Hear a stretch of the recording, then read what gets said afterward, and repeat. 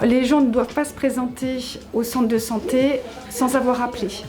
Donc les gens doivent systématiquement appeler de façon à ce qu'on puisse les interroger par téléphone, leur demander s'ils présentent des signes évoquant le Covid. Le centre de santé de Clamart fonctionne, les deux centres de santé de Clamart fonctionnent, aussi bien au Petit Clamart que sur l'avenue Jean Jaurès.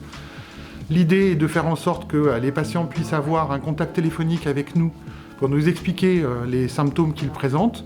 Et en fonction des symptômes qui sont présentés, soit on les accueille, soit on les conseille par téléphone. Ici, donc, c'est un accueil dédié. Il y a un cabinet qui a été créé exprès pour prendre en compte l'ensemble des personnes qui se présenteraient ici et qui se suspectent d'être porteurs d'un virus de type pulmonaire, en tous les cas qui présenteraient des symptômes pulmonaires. Et ça veut dire que les personnes seraient directement admises dans ce cabinet médical et verraient un médecin, exactement comme ça se passerait à l'hôpital, sous forme de box, où les patients sont admis, ils sont vus directement par le médecin et ils ressortent. C'est-à-dire qu'il n'y a pas de mouvement de patient à l'intérieur du centre de santé.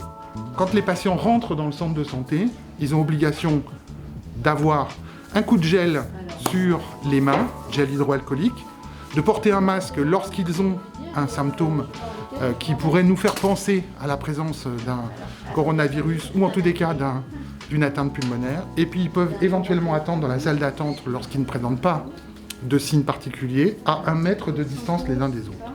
Voilà les mesures qui ont été prises. Ce sont exactement les mêmes mesures qui ont été prises pour le Petit Clamart et qui permettent effectivement de protéger à la fois les usagers, à la fois le personnel. La première chose aussi, pour nous, qui est très importante en tant que soignants, c'est de connaître la température de la personne. Et il s'avère que les gens n'ont pas de thermomètre, puisqu'il y a des ruptures de stock de thermomètres aussi sur les villes. Donc s'ils peuvent se procurer des thermomètres, savoir s'ils toussent. Voilà, donc déjà au téléphone, on fait un premier tri, si je peux dire, pour savoir les signes de gravité. La prévention, on leur montre le lavage des mains, on leur explique, on leur réexplique toutes les consignes parce que c'est vrai qu'on s'aperçoit que finalement les gens n'ont pas vraiment complètement intégré ces consignes. Le lavage de mains, bien insister, leur montrer.